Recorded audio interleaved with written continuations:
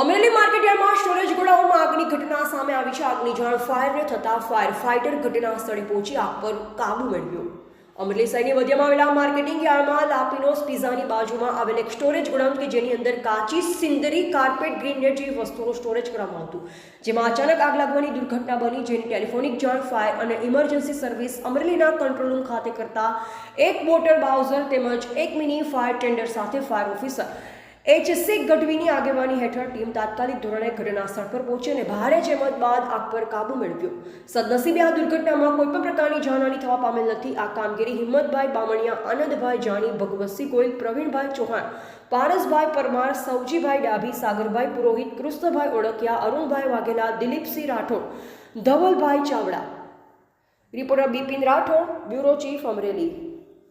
અમરેલી શહેરની મધ્યમાં આવેલા માર્કેટિંગ યાર્ડમાં લાપિનોસની બાજુમાં આવેલા ખાંચાની અંદર એક સ્ટોરેજ ગોડાઉન આવેલું છે.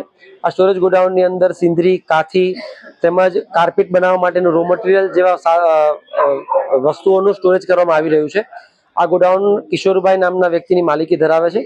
આ ગોડાઉનની અંદર અચાનક આગ લાગવાની ઘટના બનેલી હતી, જેની ટેલિફોનિક જાણ ફાયર એન્ડ ઇમરજન્સી સર્વિસના કંટ્રોલ રૂમ ખાતે કરતા તાત્કાલિક ધોરણે વોટર બાઉઝર અને મિની ફાયર ટેન્ડર બંને લઈ અને ફાયર ઇમરજન્સી સર્વિસની ટીમ ઘટના સ્થળ પર પહોંચી હતી અને સંપૂર્ણ આગ પર કાબુ મેળવી લેવામાં આવેલો છે. સદનસીબે આ દુર્ઘટનાની અંદર કોઈ પણ જાનહાની થવા પામેલ નથી.